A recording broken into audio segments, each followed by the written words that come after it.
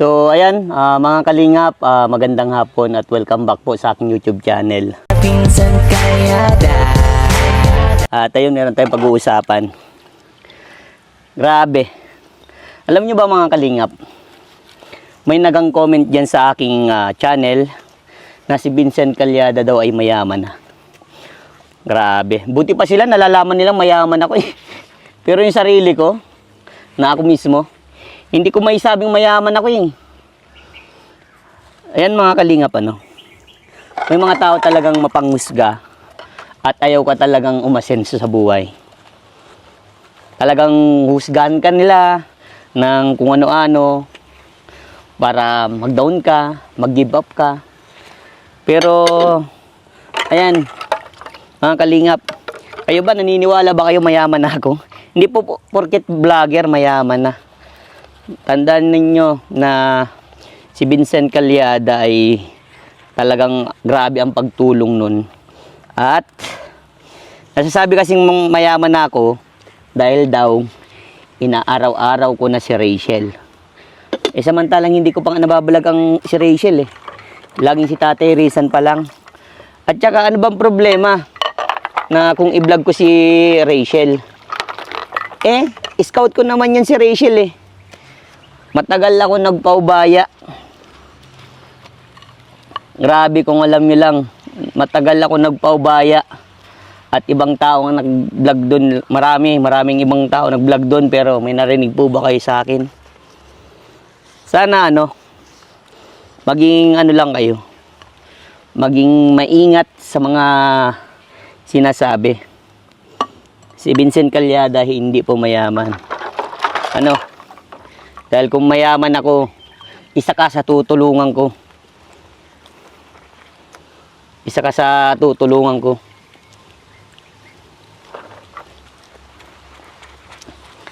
Dahil kung mayaman ako, isipin mo na lang kung mayaman si Vincent Calyada, hindi ako naguhugas dito. At kung mayaman si Vincent Calyada, may sarili akong gripo. Puso lang po meron ako. Bombahan lang. At kung mayaman si Vincent Calyada, meron akong katulong dito.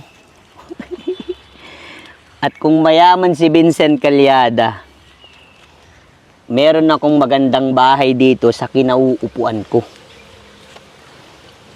At kung mayaman si Vincent Calyada,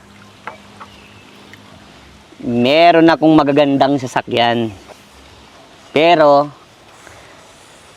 may nakita po ba kayo? At sa nagsasabi, nagpapayaman ako, sana matupad yung yung sinasabi mong maging mayaman talaga si Vincent Calyada. At kapag yumaman ako, itutulong ko pa rin sa mga taong nangangailangan. Ayan na, si Vincent Calyada, meron pong 40 na pabahay. Pwede na yun ipagmalaki, kahit papaano.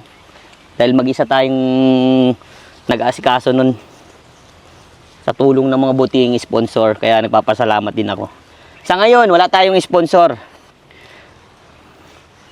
Diba? Yan, kung mayaman si Vincent Calyada. Ako, araw-araw nagcha-charity yan. Noon, maganda yung views ko. Kaya araw-araw ang charity. Mismo sa YouTube channel na natin, yung kinukuha na revenue, yun ang pinantutulong natin sa mga kababayan natin. Kaya sana, bago mo ako husgahan na kung mayaman ako, sana nagtitingin ka muna ng background ko, Hindi yung basta-basta ka na lang nagko-comment na hindi mo alam. Masyado kang mapanghusga. Pinanganak kang mapanghusga. Ay, nakakatawa yung mga ganyan tawa, Ay, buti pa sila alam na mayaman na si Vincent Calyada. Sana, matupad yung sasabi mo maging mayaman na ako. At sa mga taong naiinggit dyan, nako, iwasan nyo na mainggit dahil nakakamatay ang inggit. Walang mangyayari sa inyo dahil yung inggit na yan ang papatay sa inyo. Dahil hindi kayo magiging successful dahil laging nakatatak sa puso't isipan nyo yung inggit na word na yan. Ay, nako. Bakit kaya mga tao, ano? Ibang tao, mga ibang tao naman. At kasi yung ibang mga tao, sobrang mabait. At gumagawa talaga sila ng kabutihan dito sa mundong ibabaw. Buti pa nga si Vincent Calyada eh. 'Di ba? Yung sa mapangusga na yan, buti pa nga ako eh. May mga nagawa na. Ikaw po ba na nagang-comment na nagpapayaman ako dahil sa pagbablog kala Rachel? Meron ka na bang nagawa? May naitulong ka na ba sa mga kababayan natin?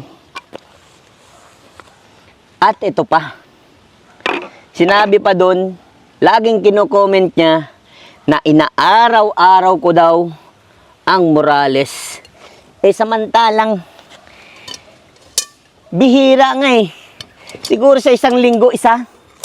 Paano mo sasabing araw-araw? Grabe ka naman. Matanda na siya eh. Senior na ata yun oh. O may kasing edad ko lang. O, ewan ko. Kasi nababasa ko siya. Lagi siya dyan nagang comment. Pag nabablog ko si Rachel. Ay, si Rachel. Ang Morales. Hindi ko pa nabablog si Rachel niyan. Baka pag nablog ko si Rachel, grabe ang comment yan. Kaya ikaw, na mapanghusgang tao, mag-ingat ka. Dahil isa ka rin sa mawawala sa mundong ibabaw na to. Hindi lang ikaw, lahat tayo. Pero ikaw, na mapanghusga, mas makasalanan ka sa amin. Kaya ikaw, habang nabubuhay ka pa, maghingi ka na ng tawad sa mga taong nilait mo, sinaktan mo, at hinusgahan mo. Dahil balang araw, baka dumating din sa iyo ang salitang masasakit. Kaya ikaw, na makakapanood nito, na masyadong mapanghusga, magbago ka na. Dahil kapag hindi ka nagbago, bandang huli, ikaw rin ang magsisisi. Diba? Yan, ganito ba yung mayaman? Ay, sana all mayaman. Kuha na nga akong katulong. Kahit dito lang sa kubo ko. Pwede na dito may katulong, mga 15. Mga 15 katulong pwede na po dito. May tagahalaba, tagahugas, tagaluto, tagawalis. Yung makalat pa nga dito eh. Kasi solo lang ako dito. Kasi yung asawa ko darating ngayong magkakatapusan dahil nalapit na ang birthday ni Boss B. At sa magpapa ano diyan? Sa magpaparegalo ay sobrang thank you naman. Salamat na agad. So ayan, sana matauhan ka na no, na hindi ako mayaman. Dahil kung mayaman pa pala ako, marami akong alahas. Pero alam niyo ba mga kalingap, yang nakikita nyong nasa katawan, pera, alam niyo ba, palamuti lang yan. Hindi natin yan madadala kapag tayo nawala na dito sa mundong ibabaw. Ang pinaka the best, yung gumawa ka ng kabutihan na kahit kailanman hindi kayang bayaran. Alam pinakabayad doon? Yung irespeto ka ng mga taong tinulungan mo. Galangin ka. Kaya ikaw na mapanghusga, nako, pag-isipan mo na. Sa mga basher dyan, nako, mag-ingat kayo. Dahil kapag kayo nambash at bigla kayong nawala, nako, iiyak kayo. Iiyak kayo. Yan. So ayan mga kalingap, medyo ano lang ako sa mga sinabi nung ano dyan. Yung nagang comment na ano daw, na ako ay nagpapayaman daw. So sana nga magyaman talaga. At mahirap ang maging mahirap. Yung ginagawa mo na invest mo para umasenso ka, pero may mga taong mapanghad lang. May mga taong hahamaking ka, hiraan ka, nako. Diba? Napakahirap yung ganun. Kaya ikaw, ay nako.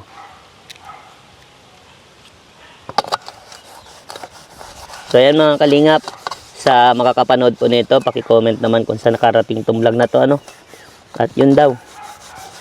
At sa lahat, pag nabasa nyo yung laging nagang comment sa akin na nagpapayaman daw ako, kayo na po magtanggol sa akin para maturuan po ng leksyon yung taong yun. Diba mo, kung mayaman ako, hindi ito ganito kaitim. Kaso wala tayong pang paitim, ay pang paputi. Ganito lang, gilid lang. Diba? Ito lang yung kaya natin eh. Kaya huwag mo na akong husgahan dyan. Huwag mo na akong sabihan na nagpapayaman ako. Grabe ka naman, boy. Ikaw naman, boy. So yan, maraming salamat po sa lahat mga kalingap. At yun, lagi po tayo mag-iingat. At sa mga minamahal kong viewers, mga OFW, mga sponsors, mga supporters natin dyan, maraming salamat po sa pagmamahal ninyo. Taos puso po napapasalamat si Vincent Calyada na nandyan po kayo palagi. Puro lahat ng mga sinasabi nyo po ay good vibes at puro positive na kumbaga ay pinapalakas yung aking loob. At sana dumating po yung pagkakataon na na ako po ay talagang maka-recover sa aking YouTube channel. Balik charity po ako. At kala nyo po yung views natin ngayon, okay po siya, pero hindi po siya sapat sa pantulong po. Iba po kasi yung magbumaba kasi po yung revenue natin. Kaya ayun, pasensya na. Pero kapag nakaka-recover, pabalik po tayo. Salamat po muli sa inyo and God bless. Salamat sa pangunawa. At yun lang, nakapag ako ng ganitong kwento dahil dun sa taong yun. And na ikaw, at dun sa nag-comment na yun, si Lord nang bahala sa iyo. God bless you. God bless you all. Bye-bye po.